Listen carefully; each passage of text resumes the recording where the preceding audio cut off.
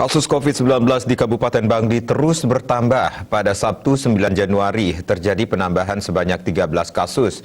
Kumulatif kasus COVID-19 di Bangli sudah hampir 1.000 orang.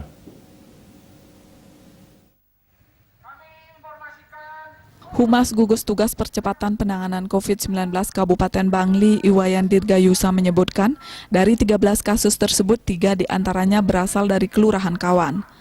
Mereka masing-masing berumur 49 tahun, 18 tahun, dan 55 tahun. Ketiganya terkonfirmasi positif diketahui karena memeriksakan diri ke Puskesmas Bangli. Saat ini ketiganya diisolasi di hotel.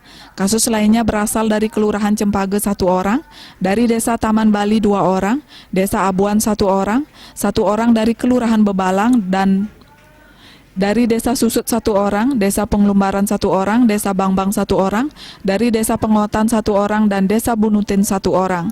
Dengan adanya tambahan 13 kasus itu, total jumlah kasus positif COVID-19 di Kabupaten Bangli per 9 Januari mencapai 998 kasus.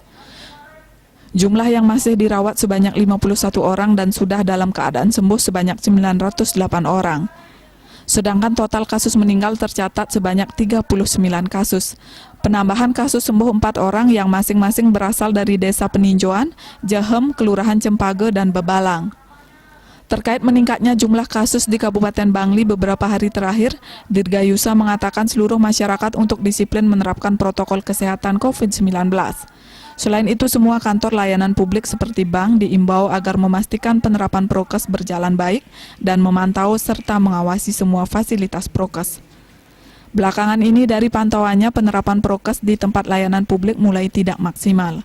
Pasar juga diharapkan menerapkan prokes maksimal, cek suhu tubuh, dan penggunaan masker tetap dilaksanakan. Air dan sabun di kantor-kantor layanan pemerintah juga sudah mulai tidak tersedia dan diminta untuk diperhatikan. Dayu Swasrina Bali Pos melaporkan.